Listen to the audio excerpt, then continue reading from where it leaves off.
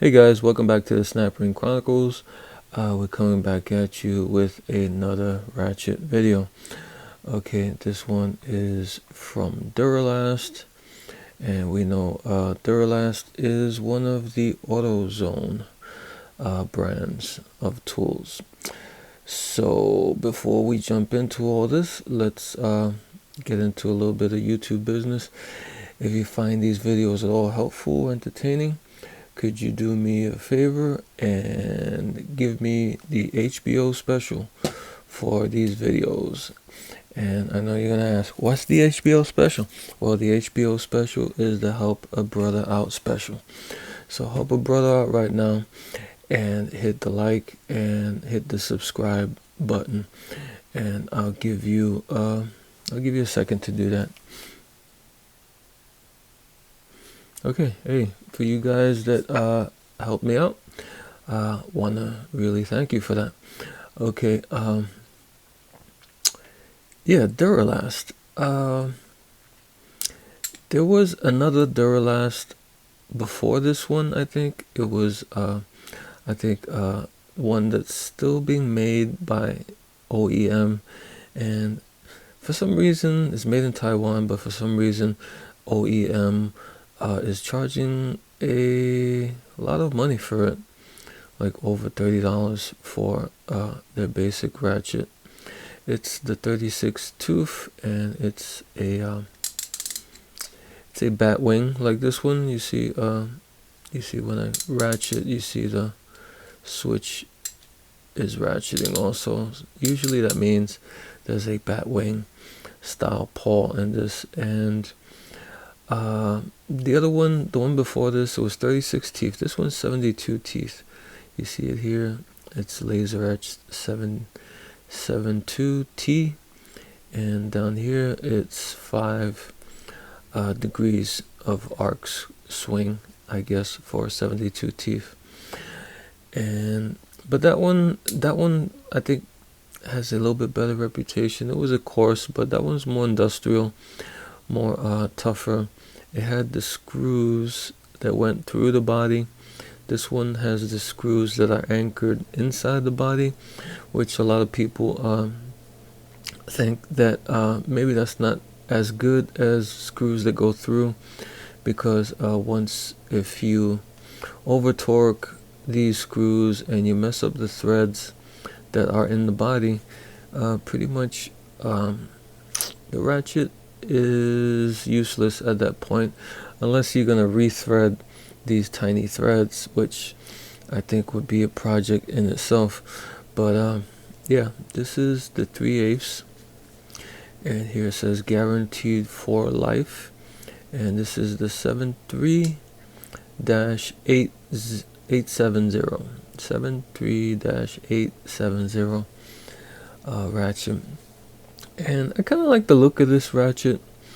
I like this handle, this particular style of ratchet handle. I've seen a couple of ratchets that have the same handle. I always kind of liked it. I like the shape of it. I like the knurling, that it's just little bands of knurling on the top and the bottom. And I don't know, aesthetically, I think that it's a good looking ratchet. It has the switch here, which is kind of small and out of the way. That's how it sticks up a little bit from the body, as you can see there, maybe about a millimeter or something. And it's held together by these 2 screws. Like I said, the screws are threaded into the body of the ratchet itself.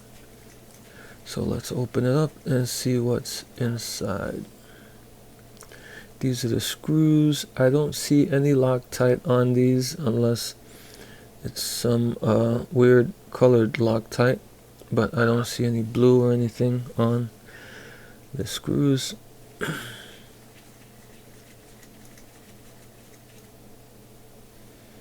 And there's the other screw. You can see how tiny the threads are on these screws.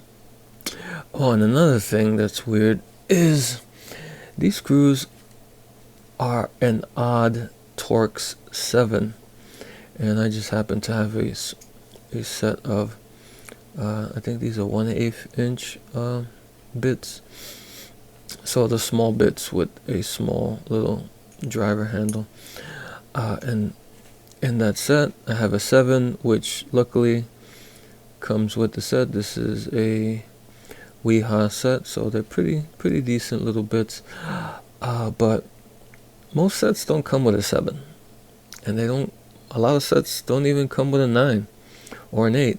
They start at 10 and they go from there. So finding a 7, you're gonna have to get a set of fine Torx. So that's kind of a complaint there. They should have made these screws something more accessible, like a 10. If they could just universally make all the screws 10s, Torx 10s. If they're gonna use Torx, that would be great. But it seems like, and some ratchets mix and match. They'll have 10s for the plate and then 8 for another screw. Maybe the Paul screw will be an 8 or something weird like that. So here is the plate. Plate looks like chromed or something on both sides. Not too thin, but not the greatest thickness either.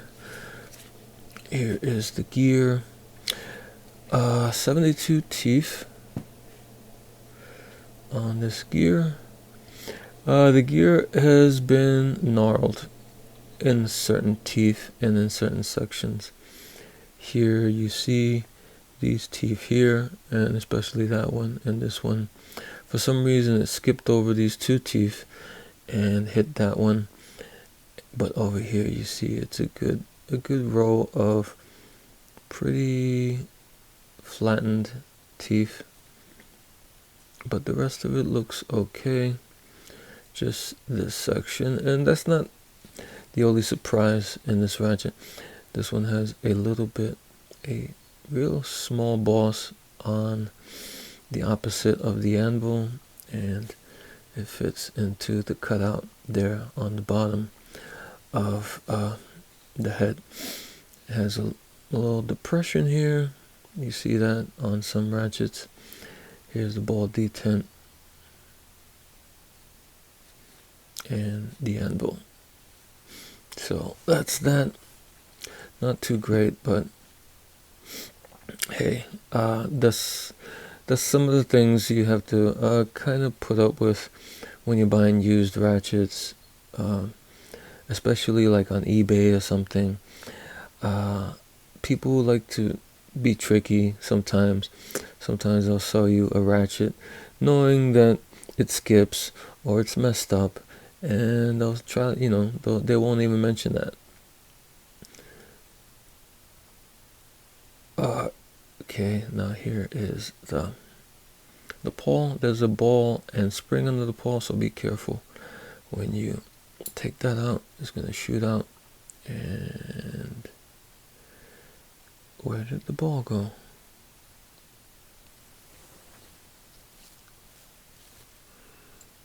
It's somewhere. Oh, there it is. Okay. And there's the spring, and there's the switch.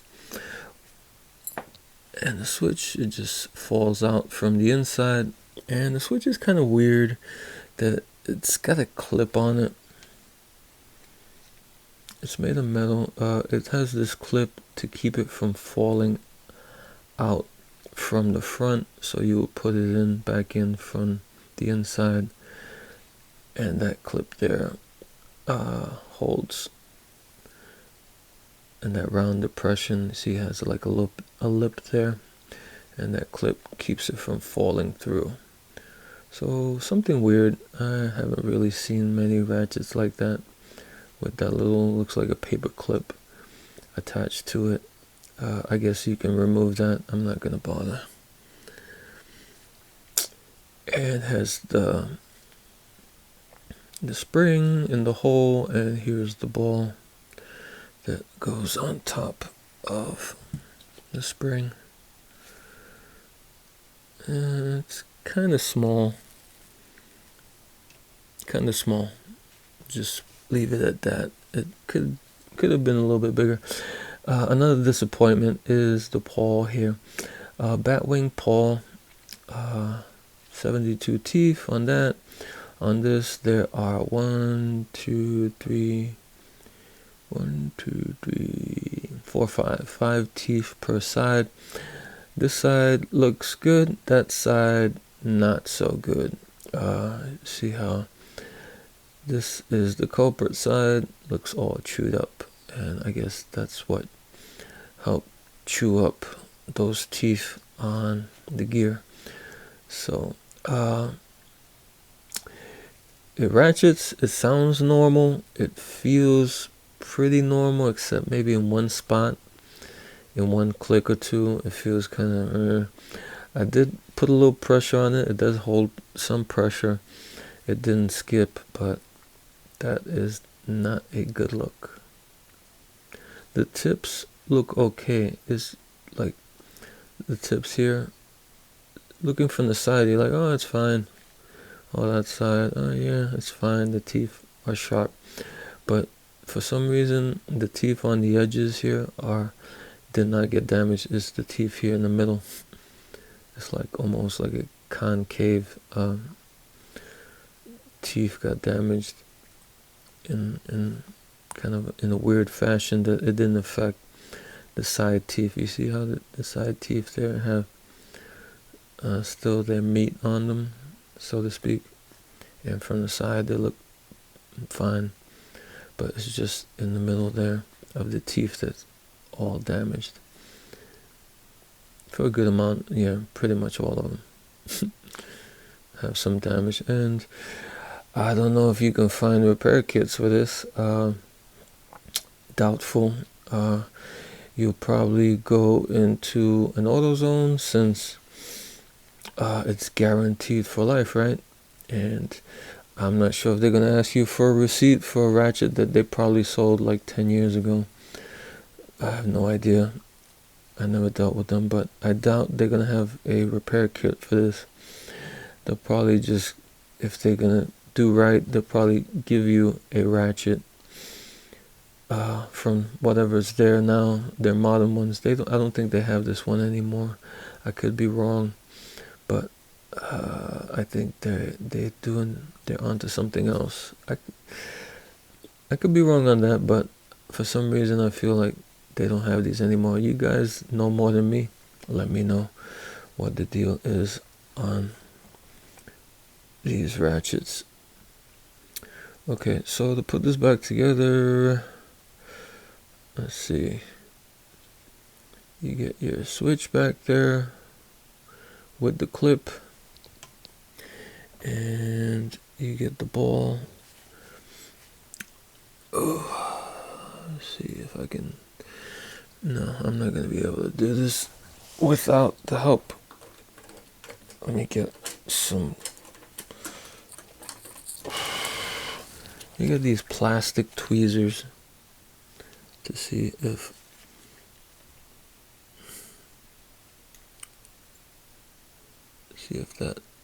that's more helpful. Okay, you balance the ball on the spring, and here, what I do is I just drop it on top of the ball and kind of mash the ball down, and then twist it like that, all in one movement. And hopefully, I guess I got lucky, but hopefully that will, if you have the switch in the right position and you mash it down, and it mashes the ball down, and when you slightly turn the paw, it'll also click into the switch. The protrusion on the switch will fall into the depression on the back of the paw. Hope that all made sense, because you need the protrusion and depression to line up so you can switch them like that. So that worked out which I'm surprised I got lucky that time. Okay, now you just take your gear and throw it in there. Oh, and by the way, just a quick peek at the broaching of this ratchet. Doesn't look bad, looks okay. It's a Taiwan product, so Taiwan's, you know, pretty decent, is doing pretty decent work. So here is what it looks like when it's ratcheting. That's the lockup. That's the ratchet. So now you know. And you put your plate in. Grab your bit holder and bit. Screw.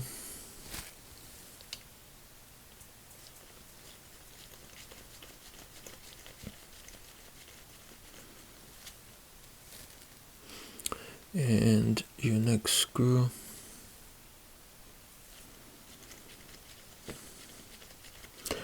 And be careful, don't over tighten these. If you want more security, I would suggest maybe some Loctite on those screws, because